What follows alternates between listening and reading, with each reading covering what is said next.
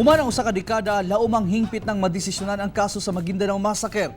Ang mga pamilya sa biktima nang hinaot nga pabor kanila ang resulta sa promulgation sa kaso. Usa na niini ang pamilya sa usa sa mga biktima nga si Santos Gatchalian Jr.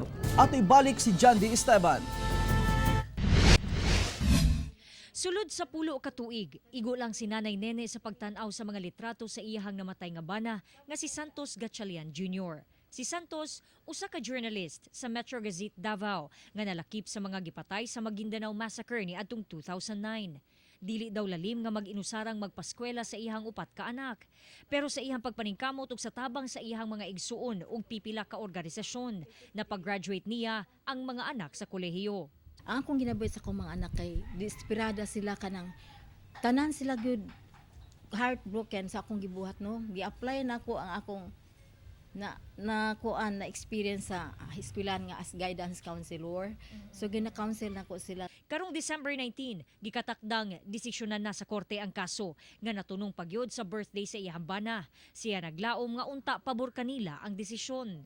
Nadawat nako nga tao man sila pero ang ilang gibuhat daagi kuan kanang kay nakasala man sila dawaton nila kung unsay consequences sa ilang gibuhat nga sa pagkutlo sa kinabuhi adto mga tawo nga nangamatay nga di pamilya mga head of the families tuloy po sila kaayo.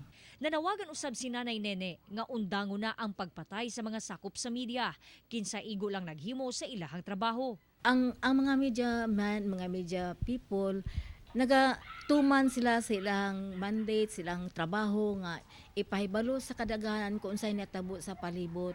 So ako ginaampo pud nako nga safe sila ug dili na may tabo na pag-usab.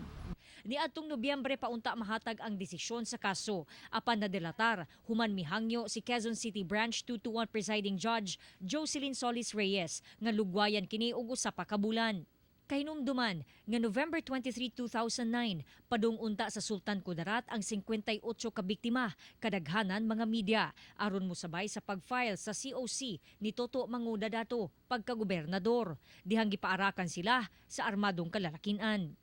Ang mga kabanay sa mga biktima sama ni Nanay Nene nang hinaot nga unta hingpit na nilang makabuot ang hustisya nga usa ka dekada na nilang gipakigbisugan.